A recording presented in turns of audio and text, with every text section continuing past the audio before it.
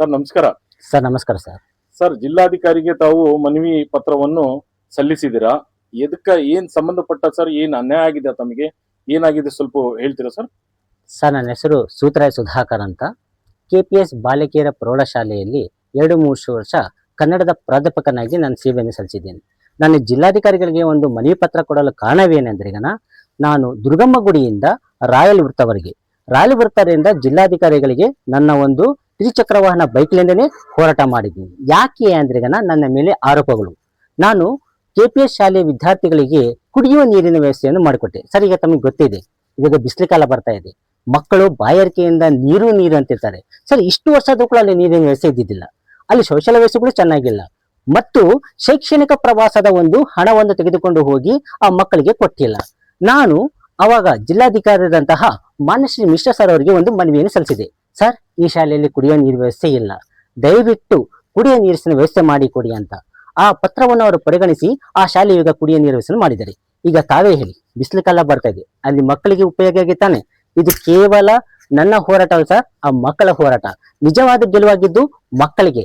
ಯಾಕಂದ್ರೆ ಆ ಮಕ್ಕಳು ಹೋರಾಟ ಮಾಡ, ನಾನು ಕೇವಲ ನಿಮಿತ್ತ ಮಾತ್ರ. ಈಗ ಕುಡಿಯುವ ನೀರಿನ ವ್ಯವಸ್ಥೆ ಬಗ್ಗೆ ವಿದ್ಯಾರ್ಥಿಗಳಿಗೆ ಜಯವಾಗಬೇಕನ್ನೋದು ಅಲ್ಲಿ ವಿದ್ಯಾರ್ಥಿಗಳಿಗೆ ಮಾತ್ರ, ನನಗಲ್ಲ ಸರ್. ಇನ್ನೊಂದು ಏನಾದ್ರೆ ನಾನು ಜಿಲ್ಲಾಧಿಕಾರಿಗಳಿಗೆ ನಾನು ಮನವಿ ಪತ್ರ ಕೊಡಿಸಿದ್ದೇನೆ, ನನಗೆ ಕೆಲಸ ಕೊಟ್ಟಿಲ್ಲ.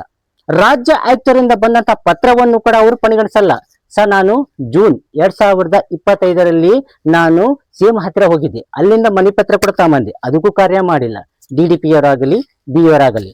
ಮತ್ತೆ ನಾನು ನಮ್ಮ ರಾಜ್ಯ ಆಯುಕ್ತರಿಗೆ ಒಂದು ಪತ್ರ ಬರೆದೆ, ಈ ಶಾಲೆಯಲ್ಲಿ ಈ ತರ ಮಾಡೋದ್ರಿಂದ ನನ್ನ ಕೆಲಸದಿಂದ ವಜಾ ಮಾಡಿದ್ದಾರೆ, ತೆಗೆದು ಹಾಕಿದ್ದಾರೆ ಅಂತ. ಅದಕ್ಕೆ ಅವರು ಕೂಡ ಅಕ್ಟೋಬರ್ 2025 ಒಂದು ಮನವಿ ಪತ್ರಗಳನ್ನು ಕೂಡ ಸಲ್ಲಿಸಿದ್ದಾರೆ. ಅದ್ರ ಬಗ್ಗೆ ಕೂಡ ನನಗೆ ಬಹಿರಂಗವಾಗಿ ಇನ್ನೂವರೆಗೆ ಕೊಟ್ಟಿಲ್ಲ.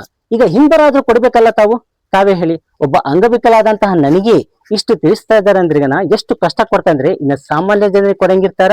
ಸರ್, ನಿಮ್ಮ ಬೇಡಿಕೆ ಏನ್ ಸರ್? ಇವಾಗ ಮುಂದಿನ ದಿನಗಳಲ್ಲಿ ತಮಗೆ ಏನಾದ್ರು ಸಹಾಯ ಏನಾದ್ರು ಬೇಕಾ ಸರ್? ನನ್ನ ಒಂದು ಮನವಿ ಇದೆ ಸರ್. ಮೊದಲು ಆರೋಪ ಮಾಡಿದ್ದಾರೆ, ಒಬ್ಬ ವಿಕಲಾಂಗರ ಆರೋಪನ ಸಹಿಸಲ್ಲ. ಈಗ ಕೆಲಸನೂ ಕೊಟ್ಟಿಲ್ಲ, ಸುಮ್ಮನೆ ಇದ್ದೆ. ಅದು ಆರೋಪ ಮೇಲೆ ಆರೋಪ. ವಿದ್ಯಾರ್ಥಿಗಳ ಕಲ್ಪನೆ ಮಾಡ್ಕೊಡ್ತಾರಲ್ಲ. ಒಂದು ತಂದೆ ತಾಯಿ ಆದ್ಮೇಲೆ ಸೆಕೆಂಡ್ ತಂದೆ ತಾಯಿ ನಾವೇ, ಎರಡನೇ ತಂದೆ ತಾಯಿಗಳು ಗುರುಗಳೇ. ಅದೇ ವಿದ್ಯಾರ್ಥಿಗಳಿಗೆ ತಪ್ಪು ಕಲ್ಪನೆಗಳ ಆರೋಪ ಮಾಡ್ತಾರಲ್ಲ, ಆ ಆರೋಪ ನನಗೆ ಸಾಬೀತಾಗ್ಬೇಕು. ಯಾರು ಅವ್ರಿಗೆ ಆರೋಪ ಕೊಟ್ಟಿದಾರಲ್ಲ, ಅಲ್ಲಿ ಶಿಕ್ಷಕರು, ಅಲ್ಲಿ DDP ಬ್ಯೂರೋಗೆ ನನಗೆ ಆರೋಪವನ್ನು ಸಾಬೀತುಪಡಿಸಬೇಕು. ಒಂದು ವೇಳೆ ಸಾಬೀತುಪಡಿಸದಿಲ್ಲದಿದ್ದರೆ ಅವರೇ 1 ವರ್ಷದ ಅವರ ಸಂಬಳ ಭತ್ತವನ್ನು ಕೊಡಬೇಕು ಮತ್ತು ಕ್ಷಮಾಪಣೆಯನ್ನು ಕೇಳಬೇಕು. ಇದೇ ನನ್ನ ಹೋರಾಟದ ಮುಖ್ಯ ಗುರಿಯಾಗಿದೆ ಸರ್. ಯಾಕಂದ್ರೆ ಒಬ್ಬ ಅಂಗವಿಕಲನಿಗೆ ಸ್ವಾಭಿಮಾನ ಮುಖ್ಯ ಸರ್.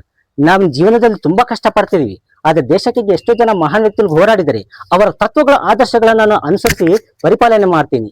ಅದಕ್ಕೆ ನಾನು ಸುಲಭವಾಗಿ ಸೋಲನ್ನು ಒಪ್ಕೊಳ್ಳ ಸರ್. ತಪ್ಪಿದ್ರೆ ಮಾತ್ರ ತಲೆ ಬಗ್ತೀನಿ, ತಪ್ಪಿಲ್ಲದ್ರೆ ಎಷ್ಟು ದೊಡ್ಡ ಅಧಿಕಾರಿಗಳಿದ್ರು ಕೂಡ ನಾನು ಅವರಲ್ಲಿ ನಾನು ಕ್ಷಮಾಪಣೆ ಕೇಳುವುದಿಲ್ಲ ಸರ್. ನ್ಯಾಯವನ್ನು ಕೊಡಬೇಕಂತ ನಾನು ಎಲ್ಲರಲ್ಲಿ ವಿನಂತಿ ಮಾಡಿಕೊಳ್ತಾ ಇದ್ದೀನಿ ಸರ್. ಜೈ ಹಿಂದ್, ಜೈ ಭಾರತ, ಜೈ ಕರ್ನಾಟಕ ಮಾತೆ.